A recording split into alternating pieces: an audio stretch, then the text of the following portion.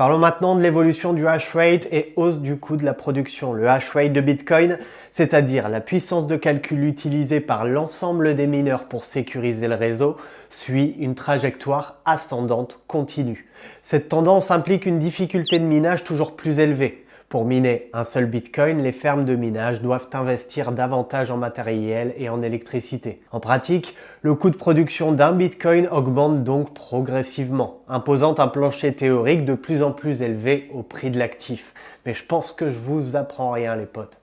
Autrement dit, si Bitcoin se négociait durablement en dessous de ce coût moyen de production, les mineurs se retrouveraient en situation de perte, ce qui finirait par réduire la puissance de calcul disponible et ajuster la difficulté jusqu'à rétablir un équilibre. À l'heure actuelle, plusieurs estimations situent déjà le coût de minage autour de 35 000 à 40 000 $.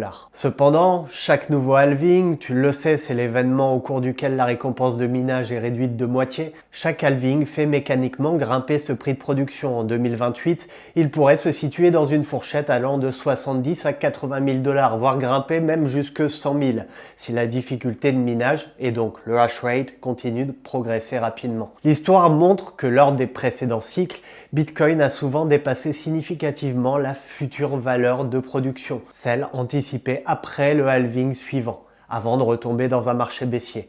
Au cours de chaque cycle haussier, Bitcoin finit par franchir un pic se situant au-dessus de la future valeur de production prévue pour le prochain halving. Ce phénomène d'excès haussier résulte notamment de l'engouement spéculatif et de l'afflux de nouveaux capitaux. Une fois que le sommet est atteint, la correction et le basculement en bear market ramènent souvent le cours en dessous de cette valeur de production.